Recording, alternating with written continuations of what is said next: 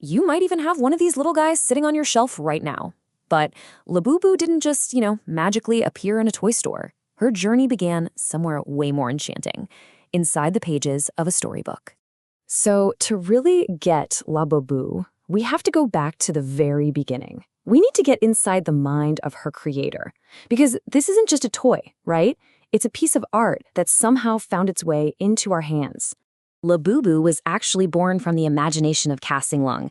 He's this incredible illustrator known for creating these really enchanting, magical worlds.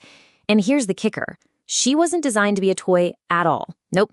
She was a character living inside his illustrated stories, just one part of this huge, magical universe. And if you look closely, every part of her design was put there for a reason. Those big eyes, they just scream curiosity. And the tiny, sharp teeth, they aren't supposed to be scary. It's a classic fantasy thing, a little hint of playful mischief. You combine that with those funny ears and charming outfits, and you get a character that's just instantly Labu. Okay, so how does a character like that jump from the page of a book into a little box on a store shelf?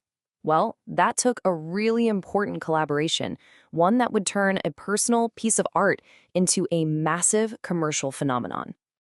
The key to making that happen was a process called intellectual property transfer. This is the exact point where the world of art smashes right into the world of commerce. So what does that even mean? Well, think of it this way. It's kind of like when an author sells the movie rights to their book. Kasing Lung basically licensed his creation to the toy company Pop Mart. This allowed Labubu's story to reach a whole new audience, just in a totally different three-dimensional format.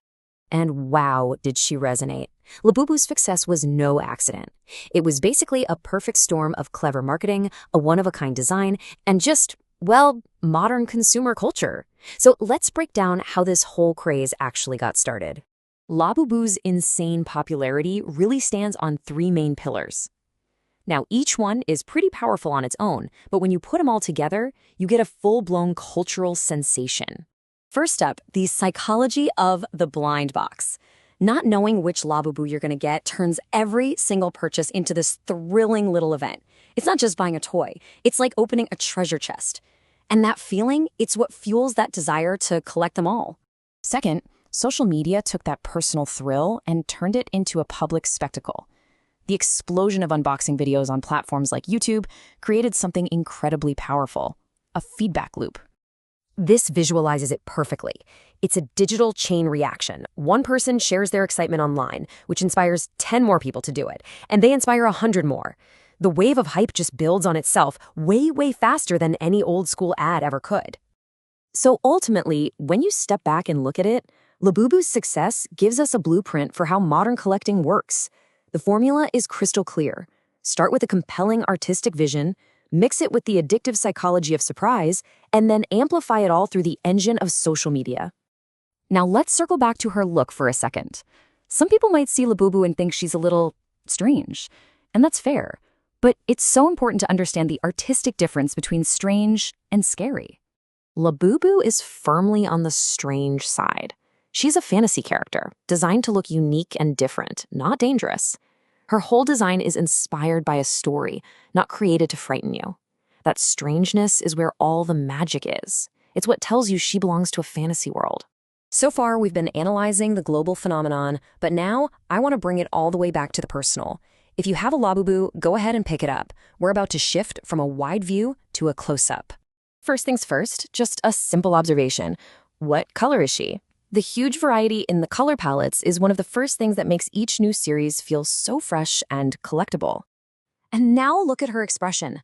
Is she mischievous, playful, a little serious?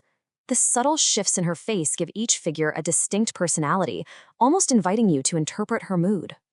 And this is what completes the picture. We've analyzed how the toy became a phenomenon.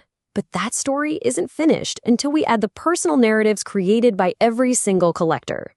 Because at the end of the day, what really matters isn't the hype or the sales numbers, is it? It's the connection you have with that toy right there in your hand. We can talk about intellectual property and feedback loops all day, but those things don't define the value of a beloved object. Its true worth isn't about how popular it is or how much it cost. The real magic happens in your imagination. A toy becomes special when it becomes a character in your own world. a companion in your own adventures.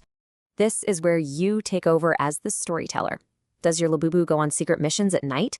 Does she come from a hidden, magical forest just like in Kasing Lung's original drawings? The possibilities are endless because the story is yours to write. So I'll leave you with this to think about. Labubu's journey went from an artist's drawing to a global collectible and all the way to your shelf.